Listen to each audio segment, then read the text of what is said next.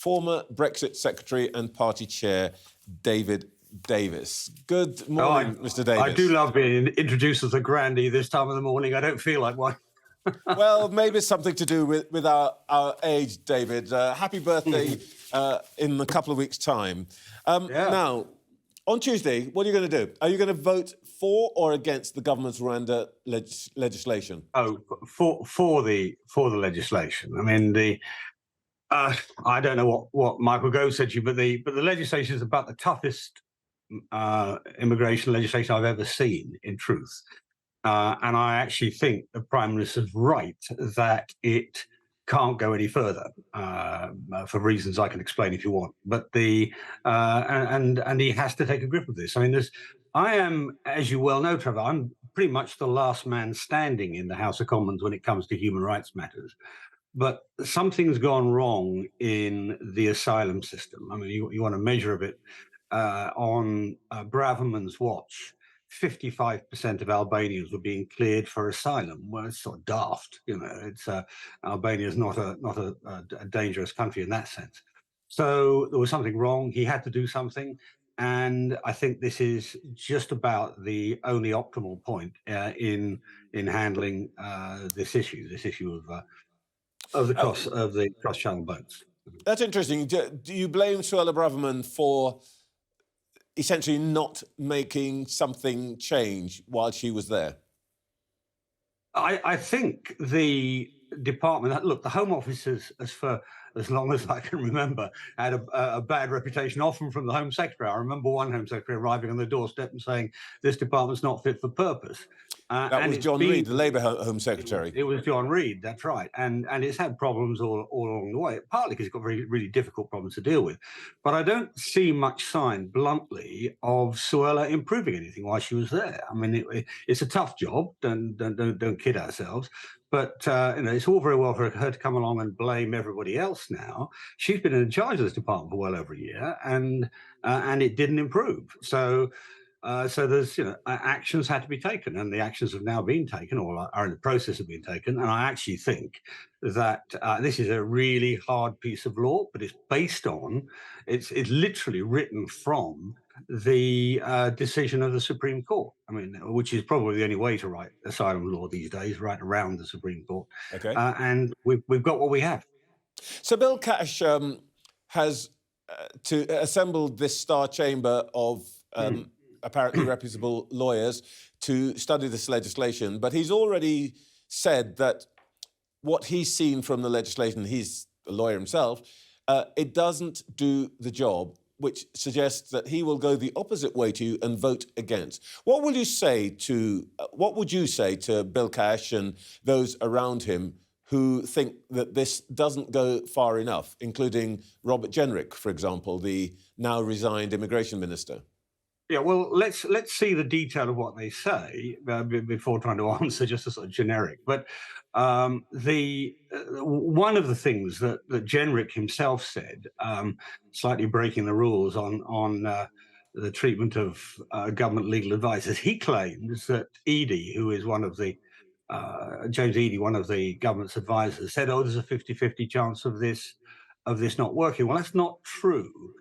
Even if you look into the detail of what Jenrick said, what he actually claimed is that there's a 50-50 chance of the European Court issuing what they call an Article 39 ruling. That's what stopped the planes on the tarmac last time, this general ruling. Well, actually, this law gives ministers the right to ignore those general rulings, so even on the sort of level of argument we've seen so far, I don't think what they have stands up. Also, if Bill wants to take it further, if Bill wants to make it effectively disapply the ECHR in total, disapply the European Convention on Human Rights in total, he's got a number of questions to answer. What are you going to do about the Good Friday Agreement? Good Friday Agreement is written on top of the ECHR. It requires application of the ECHR. Yeah. What are you going to do about the Brexit deal, which also requires the ECHR? Yeah. So, I mean, the Prime Minister's right that there is a limit to what to which you can go there, even if you're not like me. You know, and I'm a human Yeah. rights supporter. I don't want us to You- pull out these You're, things. you're very clear. If you want- You're very clear with your colleagues. There's going to be no resigning from the ECHR. Yeah. Let me ask you about the eventual fate of this legislation. It looks like it's going to get through this week, but then it goes into committee stages and the amendments get debated and all of that. There's still going to be the danger from the government's point of view that this thing might fall. Let's imagine that it does. Where does that leave Mr. Sunak? Is that the end of him as Prime Minister? No, it isn't. I mean, look, the paper's been full of references to 1986, which, if I remember correctly, it was before my time, but if I remember correctly, I think it was Sunday trading legislation under Margaret Thatcher. That didn't bring down Margaret Thatcher. She went on to win a spectacular election victory within a year.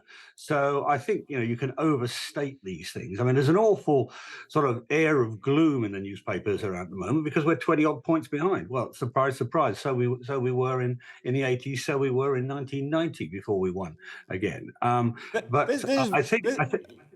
It's very interesting, David. That's very interesting. So would I be unfair to sum up your position as things are looking bleak, but I have confidence in our leader and we will march on to victory?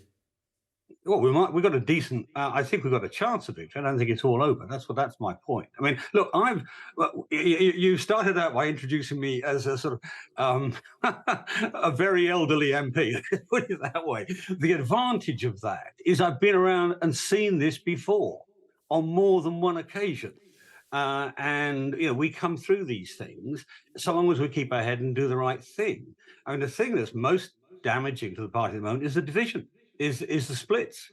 That's what the country hates. I've addressed two Conservative functions in the last couple of days, and the one thing that really upsets them are the splits. And they don't blame Rishi for that. I tell you, they want to get back out on the streets and fight, but you can't do that if you're fighting each other. You sound rather cross with your colleagues. No, I've seen it before. Look, I mean, politics is about argument. It's about debate. It's about dispute. But what it shouldn't be about is maneuvering for your future leadership position or whatever it might be that's driving some of these things. I don't mind at all. Bill Cash saying, I think this is not right because of X or Y, and can we modify A and B to make it work? And we can have that debate, and that's how Parliament works. That's how the we deliver good legislation. It's entirely possible that the government lawyers haven't got it absolutely perfectly right. But I think in grand terms, the public want us to make a decision on this and get it resolved. And I think we've got something we can do. Yeah. You may have missed the question I asked you rather than ignored it. But who is actually on manoeuvres? Oh well, I'm not going to name them. All my colleagues know who they are. Come on, and it will be to their long term. Again, I've seen this before. It'll be to their disadvantage. People who trade off their own future against the future of the party always lose. So you read the newspapers. You want to know who it is. Yeah. Okay. Well, I've got Braverman in there. Badenoch, maybe. You're not saying no. Okay. There's a list. Let's deal with this because of course you're a grand figure now, but of course you are a bit of a serial troublemaker yourself. You resigned your seat on civil liberties grounds and won it back and so on.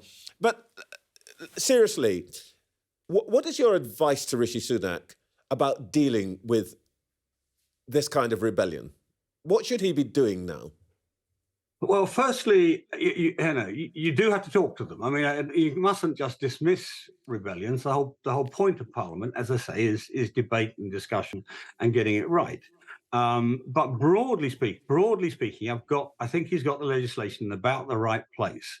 So it's not going to be a massive change. There might be fine changes, and have that debate and take our time over it. And don't rush it through. And I think that's what we're doing. I think it's going to come back after Christmas, and people will perhaps have settled down a bit then. I mean, there's been a lot of fierce debate, fierce but almost personal attacks in the last few days.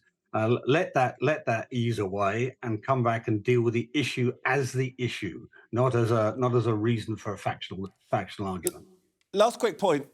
You're a veteran of parliamentary campaigns, leadership campaigns and all of that. I think you were a whip at one point. Have you got any sense of the numbers that might rebel? Quite small, I think. People. You mentioned Braverman. People always overestimate her support. Look back at the leadership voting numbers. And my impression from talking to colleagues is the vast majority want to get on with this. Vast majority. Now, the newspapers have been saying time and time again, oh, you only need 29 to vote against. Well, 29 is quite a big number, actually, when it comes to voting against a major piece of government legislation. So I think it will get through next week. I think there'll be some argument about amendments, but unless the government agrees them, I don't think even the amendments will go through. David Davis, thank you very much for your time this morning.